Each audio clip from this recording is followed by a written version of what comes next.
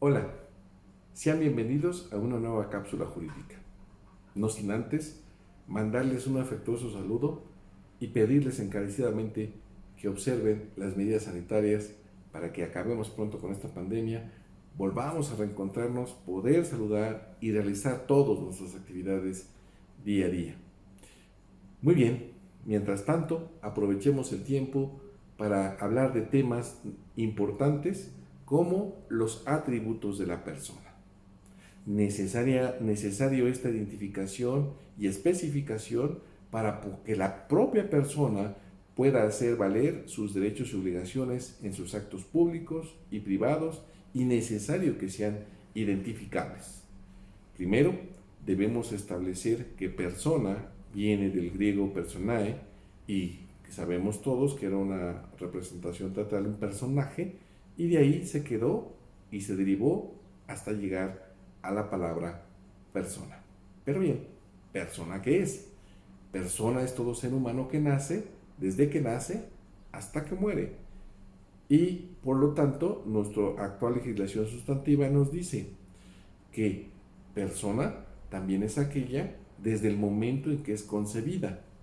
Ajá.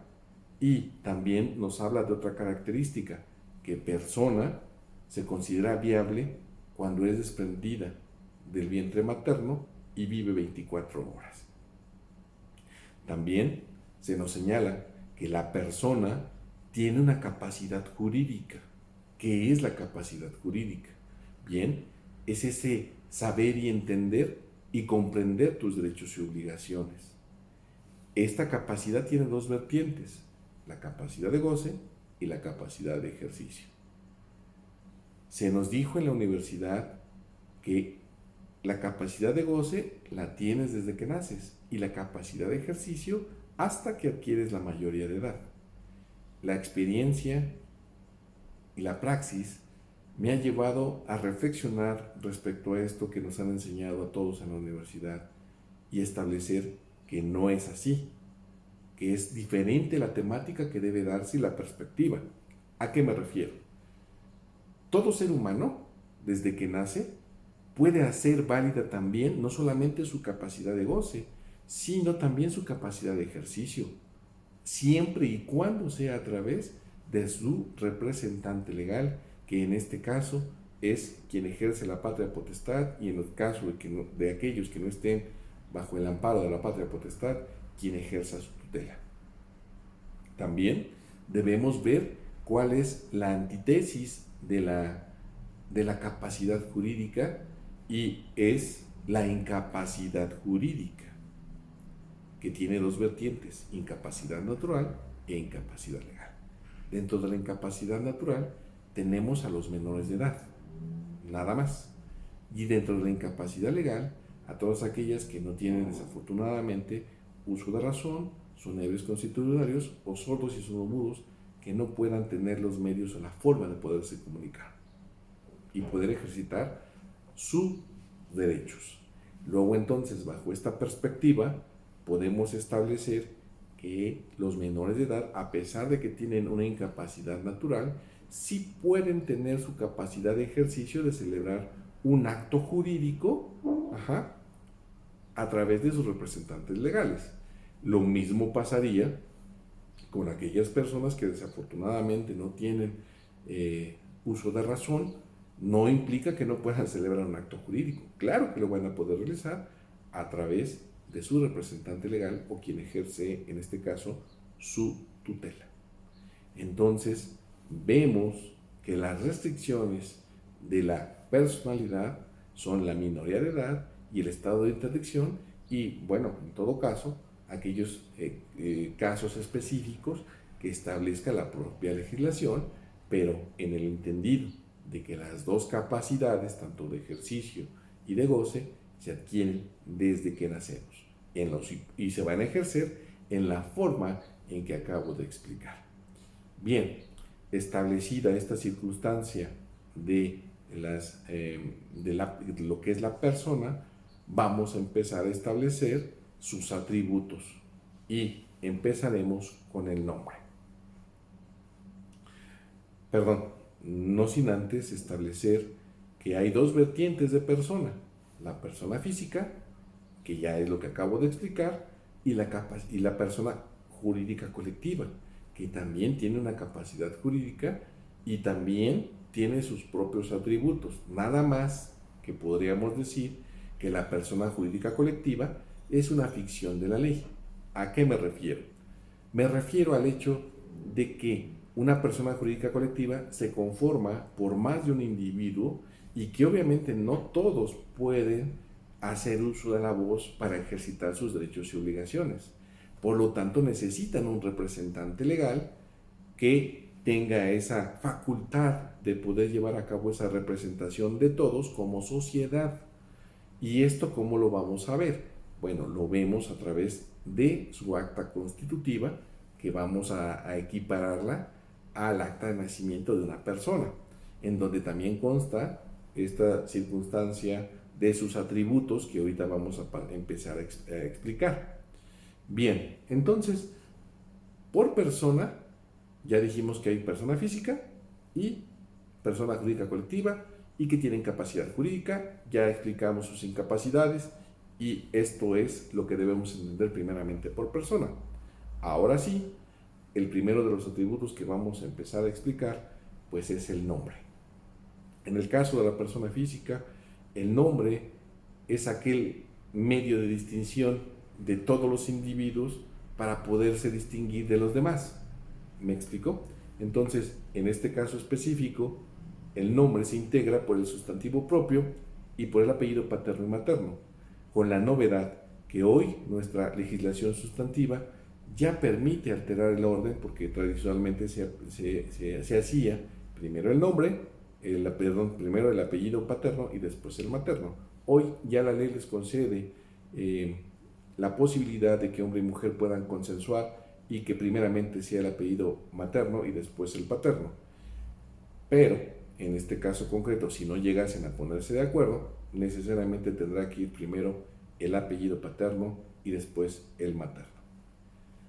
En el entendido de que si llegan a consensuar esa situación, aquí se tiene que respetar si hay más hijos posteriormente, porque no va a ser uno con el apellido materno y otro con el apellido paterno, no, porque sería una situación desfavorable en cuanto a la especificación de relaciones filiales.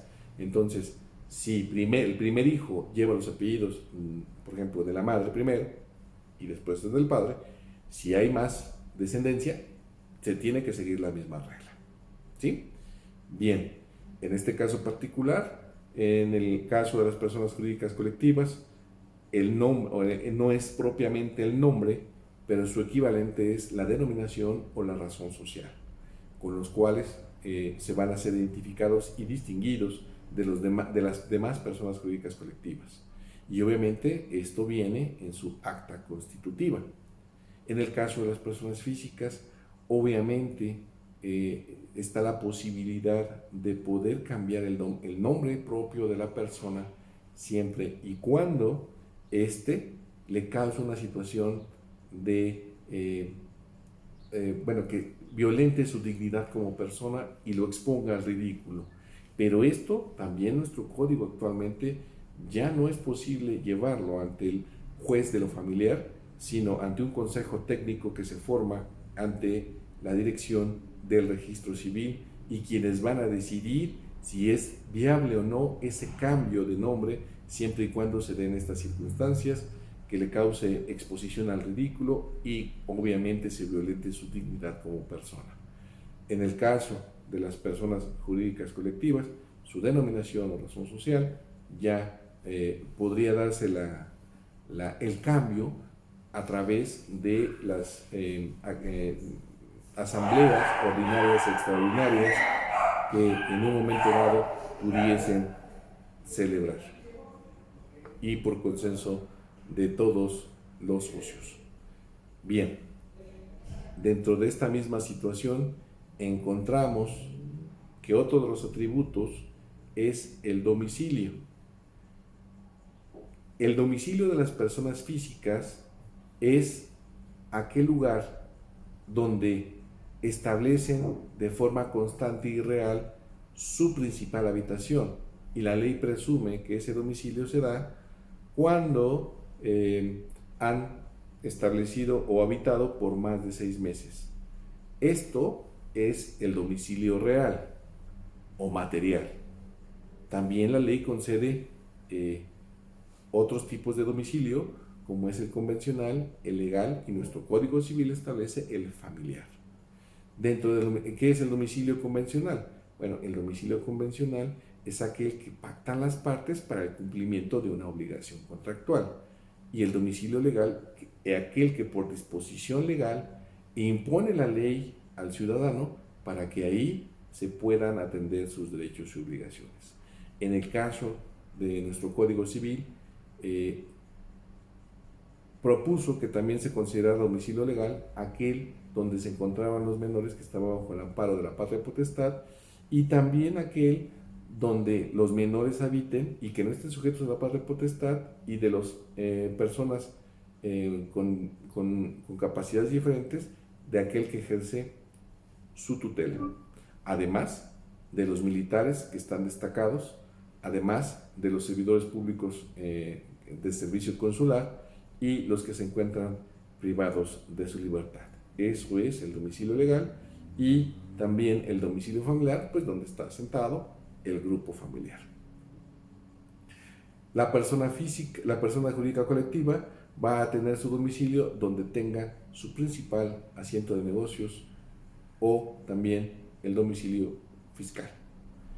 Bien, bajo ese contexto ya vimos el nombre, ya vimos el domicilio, ahora veremos el estado civil.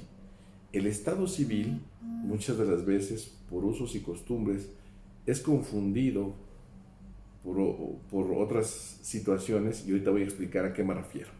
El estado civil nada más se refiere a la soltería o a aquellas personas que están casadas, es decir, soltero y casado. No hay concubino, no hay estado de concubino, no hay estado de divorciado, no hay estado de viudez. Es soltero o casado. Ese es el estado civil. Desafortunadamente en nuestro país, por prácticas sociales, se dice divorciado, viudo, concubino. No, ya no. Esto debemos erradicarlo, porque los únicos estados civiles son soltero o casado. Si te divorcias, vuelves a ser soltero. Si desafortunadamente muere tu cónyuge, vuelves a ser soltero. No es viudo. Y los concubinos, pues simplemente están solteros, nada más. Y que bueno, es una relación de hecho y que viven, y que bueno, tiene que ser respetada y que tienen derechos y obligaciones.